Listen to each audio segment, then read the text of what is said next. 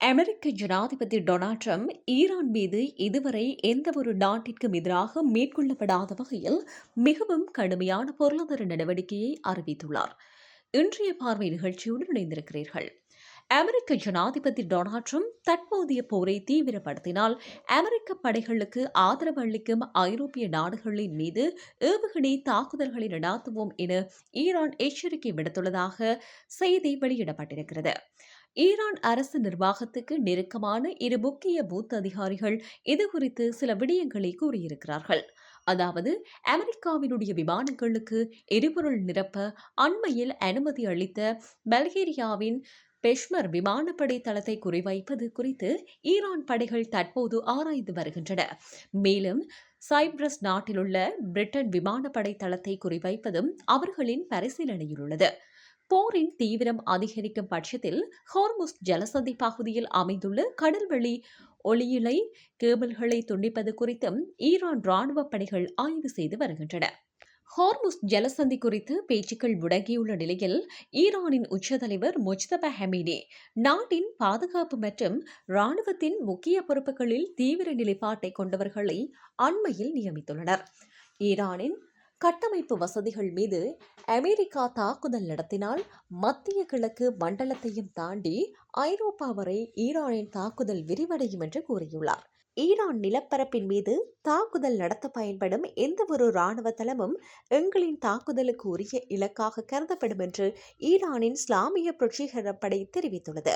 இதேவேளை அமெரிக்க ஜனாதிபதி Donald Trump Iran மீது இதுவரை எந்தவொரு நாட்டுக்கும் எதிராக மேற்கொள்ளப்படாத வகையில் மிகவும் கடுமையான பொருளாதார நடவடிக்கையை அறிவித்துள்ளனர். ஈரானுக்கு பொருளாதார ரீதியாகவும் வர்த்தக ரீதியாகவும் உதவி வழங்கி உயிர்நாடியாக செயற்படும் எந்தவொரு நாடும் அமெரிக்காவினுடைய மிக கடுமையான பொருளாதார விளைவுகளையும் தடைகளையும் சந்திக்க நேரிடும் எனவும் அவர் எச்சரித்துள்ளார்.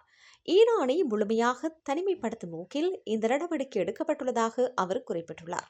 இதேவேளை அமெரிக்கா ராணுவத்துக்கு உதவும் வளைகுடா நாடுகளுக்கு ஈரான் ஆயுதப்படை குழுவின் தலைமை அதிகாரி அலி அப்துல்லாகி எச்சரிக்கை விடுத்துள்ளார்.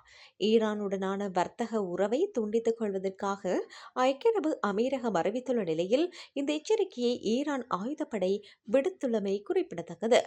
கடந்த பிப்ரவரி மாத இறுதியில் ஈரான் மீது அமெரிக்கா மற்றும் இஸ்ரேல் ராணுவ படைகள் இணைந்து கூட்டு தாக்குதல் நடத்தின. இதற்கு பதிலடியாக வளைகுடா நாடுகளில் அமைந்துள்ள அமெரிக்க ராணுவ தளங்கள் மீது ஈரான் தாக்குதல் மேற்கொண்டது. இதனால் மேற்காசியாவில் போர் மூண்டது. இருதரப்புக்கும் இடையிலான பேச்சுவார்த்தையில் உடன்பாடு எட்டப்படாத நிலையில் தற்போது மீண்டும் அங்கு போர் பதற்றம் அதிகரித்துள்ளது.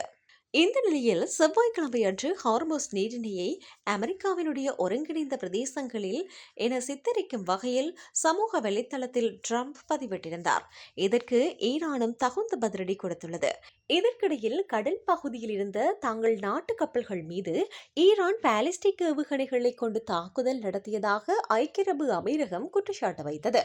இதனையடுத்து ஈரான் உடனான வர்த்தக உறவை இடைக்காலமாக துண்டித்துக் கொள்வதாக ஐக்கிய அரபு அமீரகம் அறிவித்துள்ளது. அத்துமீறலில் ஈடுபட்டு அமெரிக்கா ராணுவ செயற்பாட்டுக்கு உறுதுணையாக உதவுவது அல்லது வசதிகளை ஏற்படுத்தி தருவது அந்த நாட்டினுடைய ராணுவ நடவடிக்கையில் இணைந்து பங்கேற்பதற்கு சமம் என எச்சரிக்கின்றோம். அதிகளவிலான ராணுவ விமானங்கள் அல்லது நடுவானில் எரிபொருள் நிரப்பும் விமானங்கள் சம்பந்தப்பட்ட நாடுகளுக்கு தெரியாமல் அதன் பிராந்தியத்தில் அமைந்துள்ள ராணுவ தளங்களில் நிலைநிறுத்தப்பட சாத்தியமில்லை என தோன்றுகின்றது என குறிப்பிடப்பட்டிருக்கிறது. இதேவேளை ஈரானுக்கு எதிரான நடவடிக்கைகளில் அமெரிக்கா பயன்படுத்திய பொருளாதார நெருக்கடியே மிகவும் பயனுள்ள ஆயுதம் என ஜே.டி. வான்ஸ் தெரிவித்திருக்கிறார். அதேவேளை இது மிகவும் நுட்பமாக கையாளப்பட வேண்டிய ஒரு நடவடிக்கை எனவும் அவர் தெரிவித்துள்ளார். சர்வதேச ஊடகம் ஒன்றுக்கு வழங்கிய நேர்காணல் ஒன்றிலேயே அவர் இந்த விடயத்தை குறிப்பிட்டிருக்கிறார். இது தொடர்பில் அவர் மேலும் தெரிவிக்கையில், ஈரான் மீது பொருளாதார நெருக்கடியை அமெரிக்கா அதிகரிக்கும் போது பதிலுக்கு அவர்களும் அமெரிக்கா மீது பொருளாதார ரீதியான அழுத்தத்தை கொடுக்க முயற்சிப்பார்கள் என்பதால் இது ஒரு நுட்பமான சூழல் என அவர் குறிப்பிட்டுள்ளார்.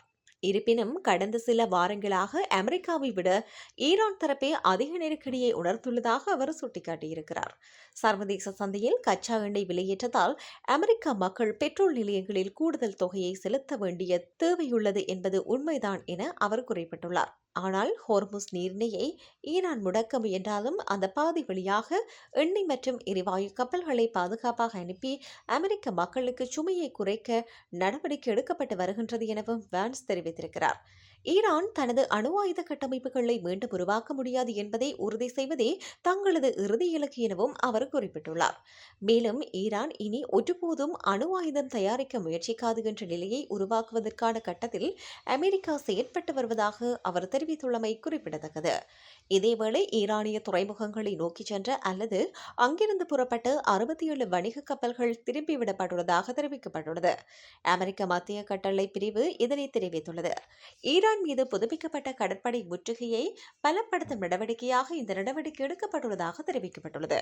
மேலும் முற்றுகை உத்தரவுகளை மீற முயன்ற 3 கப்பல்கள் செயலிழக்க செய்யப்பட்டுள்ளதாகவும் 2 கப்பல்களில் அமெரிக்க படையினர் ஏறி சோதனை நடத்தியதாகவும் மத்திய கட்டளை பிரிவு குறிப்பிட்டுள்ளது. மத்திய கிழக்கில் போர் வெடித்ததிலிருந்து ஹோர்முஸ் நீரிணை பகுதி ஒரு இரட்டை முற்றுகை நிலையை எதிர்கொண்டுள்ளது. இந்த நிலையில் அமெரிக்க கூட்டணி நாடுகளுடன் தொடர்புடைய கப்பல்களின் போக்குவரத்தை கட்டுப்படுத்த ஈரான் முயன்று வருகிறது. இதற்கு பதிலாக சர்வதேச எரிசக்தி பாதைகளை திறந்த நிலையில் வைத்திருக்க அமெரிக்க படைகள் வான்வழி தாக்குதல்கள், கடற்படை பாதுகாப்பு மற்றும் ஈரானிய துறைமுகங்கள் மீதான முற்றுகை நடவடிக்கைகளை மேற்கொண்டு வருகின்றன.